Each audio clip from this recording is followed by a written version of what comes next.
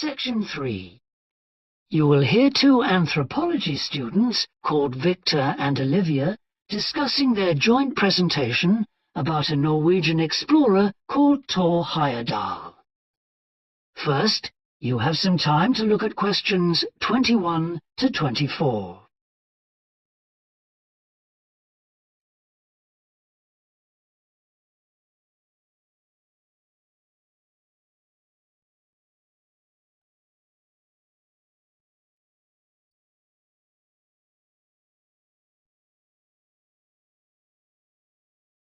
Now listen carefully and answer questions 21 to 24. Right, well, for our presentation, shall I start with the early life of Thor Heyerdahl? Sure. Why don't you begin with describing the type of boy he was, especially his passion for collecting things? That's right. He had his own little museum. And I think it's unusual for children to develop their own values and not join in their parents' hobbies. I'm thinking of how Heyerdahl wouldn't go hunting with his dad, for example. Yeah, he preferred to learn about nature by listening to his mother read to him. And quite early on, he knew he wanted to become an explorer when he grew up. That came from his camping trips he went on in Norway, I think. No, it was climbing that he spent his time on as a young man. Oh, right.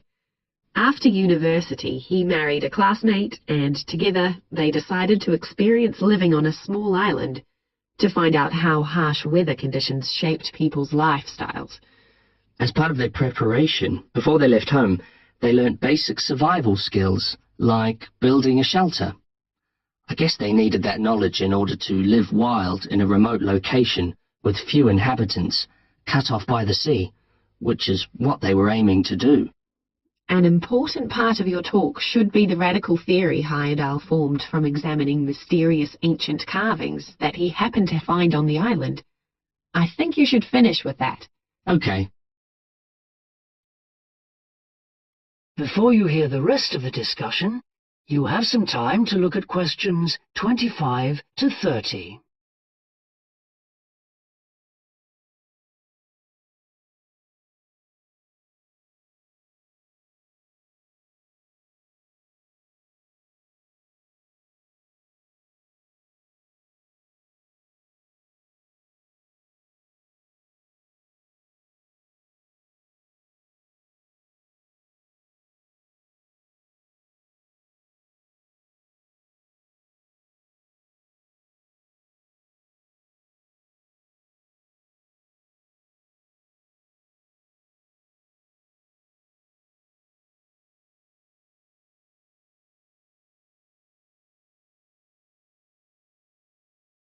Now listen and answer questions 25 to 30. All right, Victor, so after your part, I'll talk about Thor Heyerdahl's adult life, continuing from the theory he had about Polynesian migration.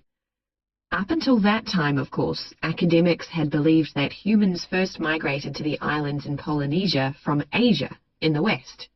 Yes, they thought that travel from the east was impossible because of the huge empty stretch of ocean that lies between the islands and the nearest inhabited land.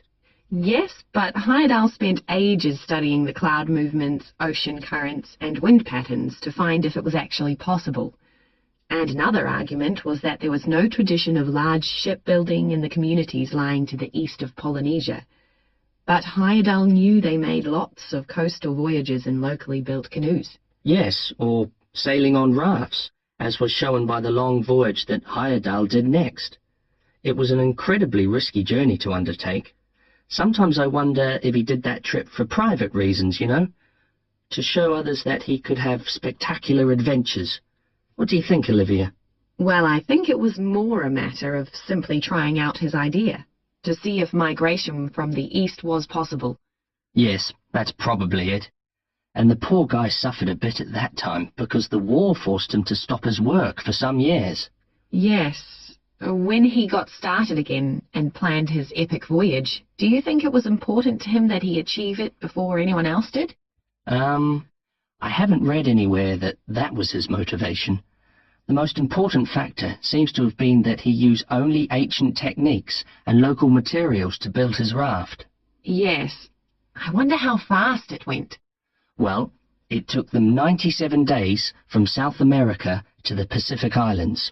And after that, Heyerdahl went to Easter Island, didn't he? We should mention the purpose of that trip. I think he sailed there in a boat made out of reeds. No, that was later on in Egypt, Olivia. Oh, yes, that's right. But what he wanted to do was talk to the local people about their old stone carvings, and then make one himself to learn more about the process. I see. Well, what a great life. Even though many of his theories have been disproven, he certainly left a lasting impression on many disciplines, didn't he? To my mind, he was the first person to establish what modern academics call practical archaeology. I mean that they try to recreate something from the past today, like he did with his raft trip. It's unfortunate that his ideas about where Polynesians originated from have been completely discredited. Yes. Right, well, I'll prepare a PowerPoint slide at the end that acknowledges our sources. I mainly used The Life and Work of Thor Heyerdahl by William Oliver. I thought the research methods he used were very sound, although I must say I found the overall tone somewhat old-fashioned. I think they need to do a new, revised edition. Yeah, I agree. What about the subject matter? I found it really challenging. Well, it's a complex issue. I thought the book had lots of good points. What did you think of the illustration?